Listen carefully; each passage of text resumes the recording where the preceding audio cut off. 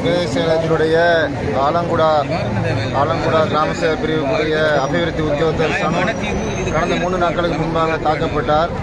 அவர் வைத்தியசாலையிலிருந்து இன்று கடமைக்காக வருகை தந்திருக்கிறோம். அந்த வகையில் இன்று நாங்கள் கவன ஈர்ப்பு போராட்டத்தை நடத்தி கொண்டிருக்கின்றோம். இனம் தெரியாத நபர்களால் தாக்கப்பட்டு சனூன் அவர்களுக்காகவும் எதிர்கால உத்தியோகத்திற்காக வேண்டி அந்த வகையில் தற்பொழுது சனூன் அவர்கள் நடந்த விஷயங்களை கூறுவதற்காக முன்னிருக்கின்றார். சார் சொல்லுங்கள்.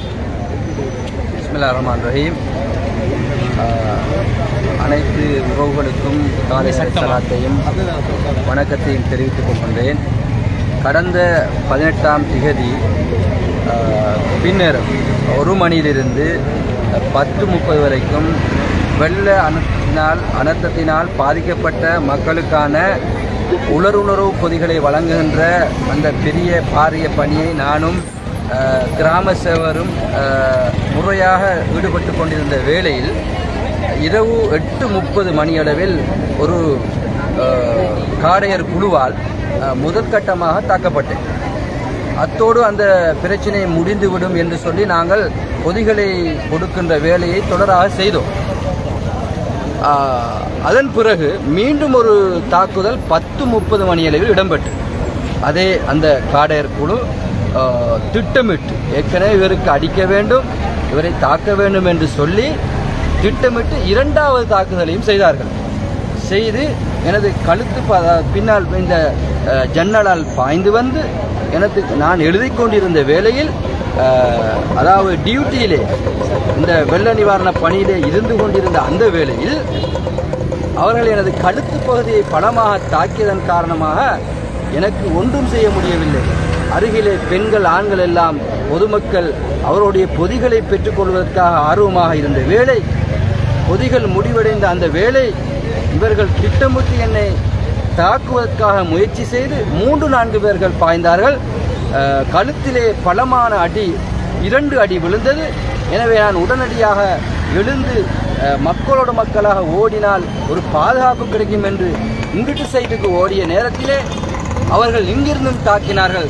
எனவே கடமை நேரத்திலே ஒரு அரச ஊழியரை தாக்குகின்றார், நிலதாரியார் தாக்குகின்றார் என்று சொல்லி நான் என்ன செய்தேன், என்னை காப்பாற்றுங்கள், பாதுகாருங்கள் என்று பொதுமக்களிடம் வேண்டுகோள் விடுத்தேன். அத்தோடு அதிலே பக்கத்தில் இருந்த எனது அந்த பொதுமக்களிலே சிலர் எனக்கு உதவினார்கள். பின்னே சென்று நீங்கள் ஓடி தப்பிக்கொள்ளுங்கள், பாதுகாப்பான இடத்தில் இருங்கள், போலீஸ் வருவரைக்கும் நீங்கள் பாதுகாப்பான இடத்தில் இருங்கள் என்று சொல்லி அந்த ஜன்னலை தட்டிவிட்டு கதவை தட்டிவிட்டு என்னை தப்ப வைப்பதற்காக இருந்தார்கள். எனவே போலீஸ் வந்தது, விசாரணை நடந்தது, என்டியை நாங்களும் போட்டோம், முறைப்பாடு செய்தோம். அத்தோடு பாதிக்கப்பட்ட அதாவது அந்த அடித்த நபரை நாங்கள் உடனடியாக அரெஸ்ட் பண்ணி ஜெயிலில் அடைத்தோம். ஜெயிலில் அடைத்தோம். நான் என்டியை போட்டுவிட்டு புத்தளம் தலை வைத்தியசாலையிலே வைத்திய சிகிச்சைக்காக அனுமதிக்கப்பட்டு 2.5 நாள் சிகிச்சை பெற்று சனிக்கிழமை பின்னேரம் 3 மணிக்கு தான் வீடு வந்து சேர்ந்தேன். எனவே எனக்கு நியாயம் வேண்டும்.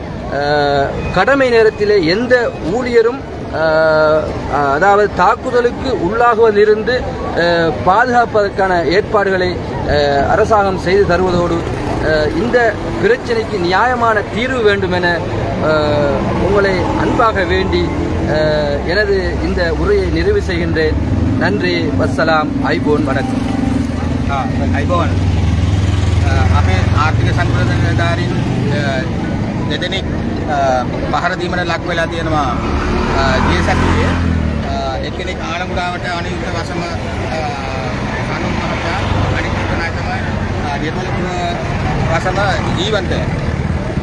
මේ විහසන අවස්ථාවේදී අපි වියලි සලාක වියලි ආහාර ද්‍රව්‍ය බෙදා දීමේ කටයුතු සිදු කරනකොට ආලංගුඩාව ආර්ථික සංවර්ධන නිලධාරී රෑ 10:30 පමණ පහර දීමට ලක් වෙලා තියෙනවා.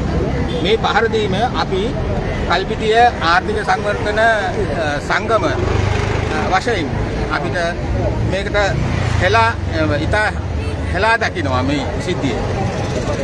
ඊට පස්සේ අපිට මේකට සාධාරණ තීන්දුවක් ලබා දෙනමින් අපි අල්පිටිය ආර්ථික සංවර්ධන නිලධාරී සංගම හරහා අපිත් මේ ඉල්ලීම කරනවා.